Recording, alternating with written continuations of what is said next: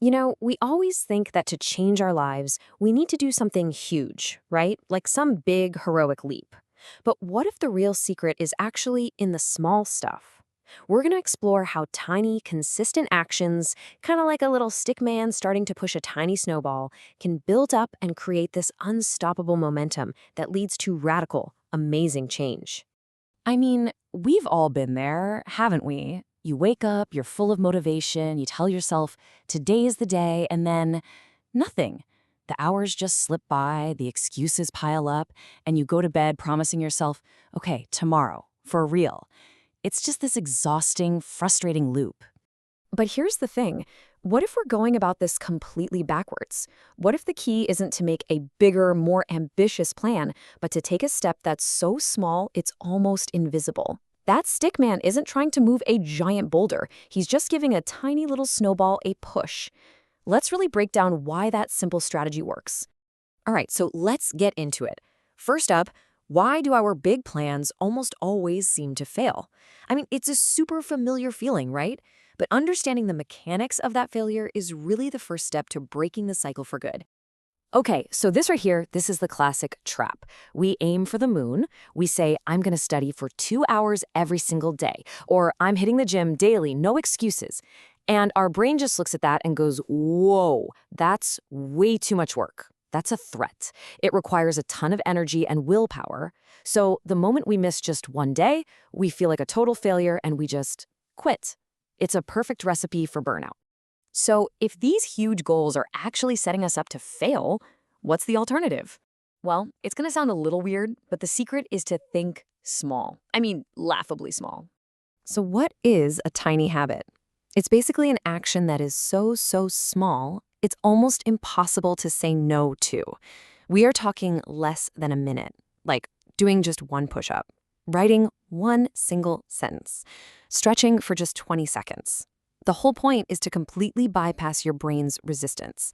It doesn't feel like a threat, so your brain just goes, yeah, okay, that's easy, let's do it. Yeah, it's kind of like Newton's first law, but for motivation. And our little stickman here gets it perfectly. An object in motion stays in motion.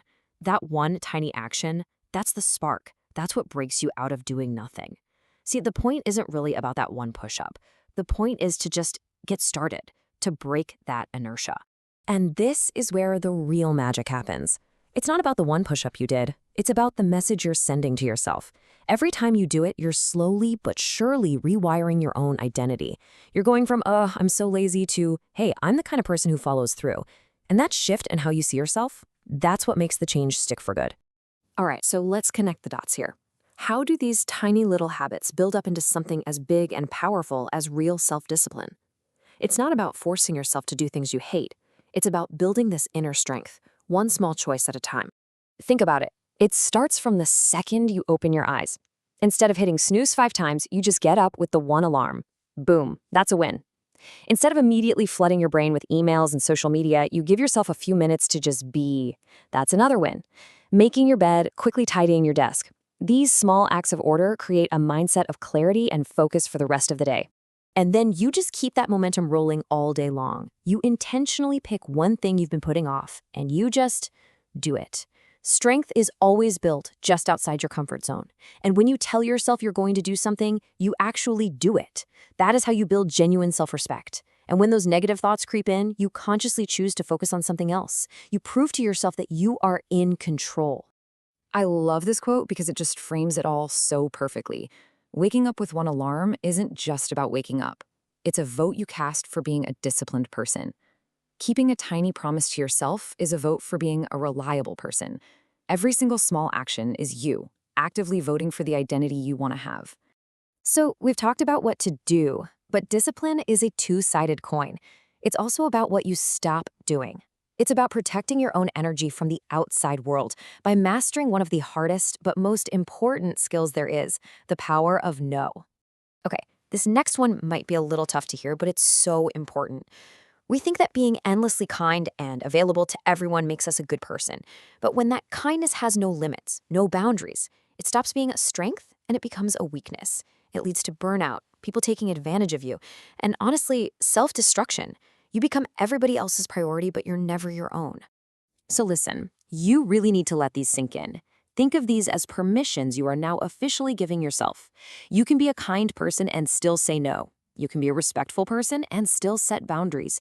You are allowed to protect your energy. And yes, you are absolutely allowed to put yourself first. It's not selfish, it's necessary. And really, it all boils down to this. Your number one responsibility is to your own peace of mind. The world will take and take and take whatever you're willing to give. It is up to you to decide where that limit is. Okay, so we've gone through all the why. Now let's get to the fun part, the how. Let's make this super practical so you can start like right after this explainer ends. You know the secret to making a new habit stick? It's all about finding an anchor moment. You basically piggyback the new habit onto something you already do without even thinking about it, like brushing your teeth. Your brain loves routines, so when you link a new tiny action to one that's already there, it just becomes part of the automatic pattern. No willpower needed. So here are a few perfect examples of what I mean. The anchor moment is something you're already doing, right? Like waking up or brushing your teeth. And the tiny habit is the new thing. Just look how ridiculously small they are. After you brush your teeth, drink a glass of water. After you finish lunch, wipe down the counter for 30 seconds. You want to make it so easy that you just can't fail. And please, please listen to this part because it is so important. You will miss a day. It's going to happen, and that is totally okay. This is not about having a perfect streak. It's about coming back. The goal isn't perfection, it's just to show up again. Consistency without all the pressure, that's the real key. So look, don't get lost in the big picture. Don't get overwhelmed by all the possibilities. Just focus on this. One. That's it. One tiny action. One small decision. 1 minute of effort. Everything, and I mean everything, builds from that single repeated choice. That's where it all begins.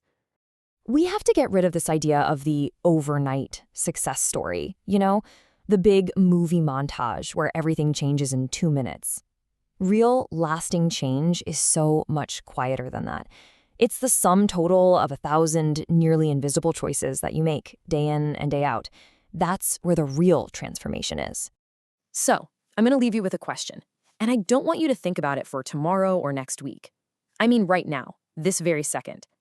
What is the one tiny, laughably easy thing that you're going to do? Because I want you to remember this as you get started. Small things, they don't stay small for long. They build, they grow, they compound, they transform everything. Just like that little stick man in a snowball, your one tiny action, repeated over and over, will build the momentum that changes your entire life.